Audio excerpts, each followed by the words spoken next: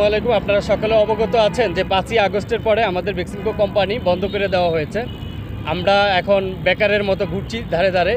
আমরা সরকারের কাছে আবেদন জানাই, আমাদের কোম্পানির ব্যাক টু ব্যাক এলসি খুলে দেখ, আমাদের কর্মসংস্থান ফিরে পাক। আমরা সবাই কর্মসংস্থান ফিরে পেতে চাই।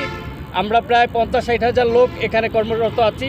আমাদের কর্মসংস্থান আমরা চাই, আমরা কোনো করুণা চাই না। আমাদের এটা অধিকার। আমাদের কোম্পানি সচল করে দেখ, আমাদের কোম্পানি এখন বন্ধ আছে, আমাদের কোম্পানি খুলে দেখ, ব্যাক টু ব্যাক এলসি খুলে দেখ, এটাই আমাদের কাম্য।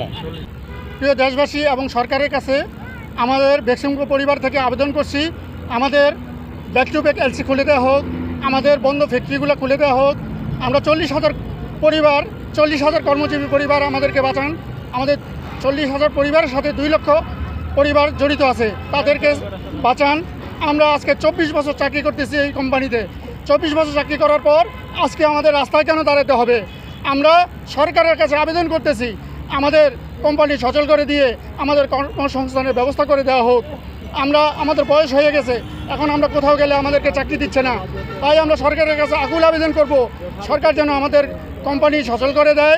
এই জন্য যে ব্যবস্থা নেওয়া দরকার, প্রয়োজনীয় পদক্ষেপ নিয়ে আমাদের কোম্পানিকে খুলে দিয়ে আমাদের 40,000 পরিবারকে, 40,000 পরিবারের সাথে আরও 2 লক্ষ পরিবার ওতপ্রোতভাবে জড়িত, তাদেরকে বাঁচার জন্য ব্যবস্থা করে দেয়। এই আবেদন আমি সরকারের কাছে বিনীতভাবে করছি।